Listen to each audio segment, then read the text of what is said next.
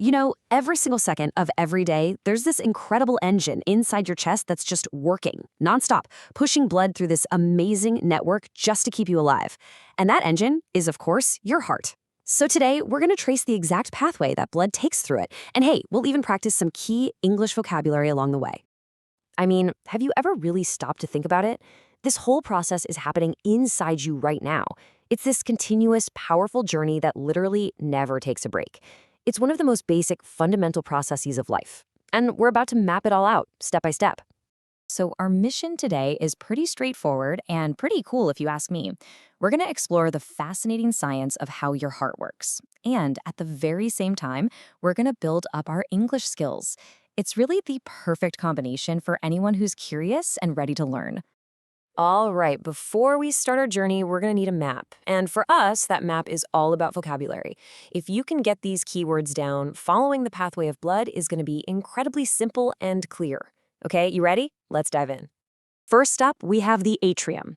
Now think of the atria, because there are two of them, as the receiving rooms of the heart. This is the entry point where blood first arrives after its big trip. Let's just practice that word together. Say it with me. Atrium. Perfect. So right below the atria, we have the ventricles. Now these are the powerhouses.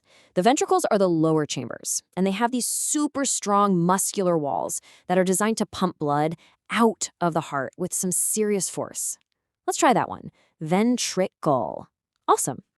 Okay, so how does the heart keep blood from flowing backward? Well, that's where the valve comes in. A valve works exactly like a one-way door. It swings open to let blood pass through, and then it snaps shut to make sure it can't go back where it came from. This is absolutely crucial for making sure blood only moves in one direction. And finally, we have the superhighways that connect to the heart.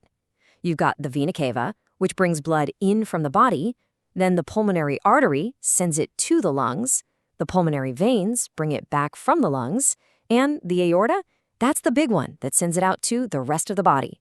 Don't worry, we'll see all of these in action in just a second. All right, with our vocabulary map all ready to go, let's start the journey. We're going to begin with blood that's just finished its job delivering oxygen all around the body. It's tired, it's low on oxygen, and it really needs to get refreshed.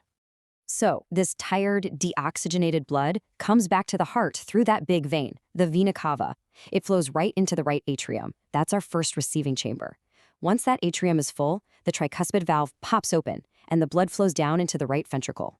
Now, once that right ventricle is full, it gets ready and squeeze! It contracts powerfully, and that big push sends all that deoxygenated blood through another valve and straight into the pulmonary artery, which leads directly to its next critical stop.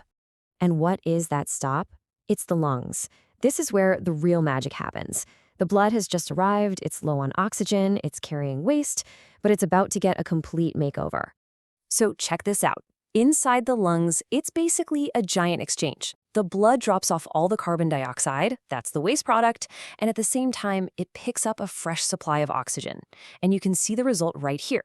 The blood goes from being deoxygenated to oxygenated, and it turns this bright, rich red color. It's totally re-energized and ready for its mission. Okay, now that the blood is full of oxygen and ready to go, it heads back to the heart for the final and most powerful push of its whole journey. Let's see how it gets sent out to do its important job. So this fresh, oxygen-rich blood travels from the lungs back to the heart, this time through the pulmonary veins. It enters the left atrium, that's the upper chamber on the left side. From there, it passes through the mitral valve and flows right down into the left ventricle. And the left ventricle, while it is truly the star of the show, it is by far the strongest chamber of the heart. But why? Because its job is massive. It needs those incredibly thick, muscular walls to pump blood to every single part of your body. With one huge, powerful contraction, the left ventricle squeezes, pushing all that oxygenated blood into the aorta. Now, the aorta is the body's main highway, and it branches off to deliver that life-giving oxygen everywhere. I mean, from the top of your head all the way down to the tips of your toes. Phew! We followed the blood on two different parts of its trip. So now, let's put it all together. Let's zoom out and look at the complete, continuous cycle in one single view so you can see how it all connects. Okay, this brings it all together in one beautiful 6-step loop. Blood comes from the body into the right atrium. then to the right ventricle, then off to the lungs to get oxygen. It comes back to the left atrium, flows into the super strong left ventricle, and finally, it's pumped through the aorta to the whole body. And what happens then? It starts all over again. So how often is this whole cycle happening? Well, get this. Your heart beats about 100,000 times every single day just to keep this pathway flowing without a single break. That's just an incredible amount of work. Let's practice a sentence together. Say it with me. My heart beats every second. Fantastic.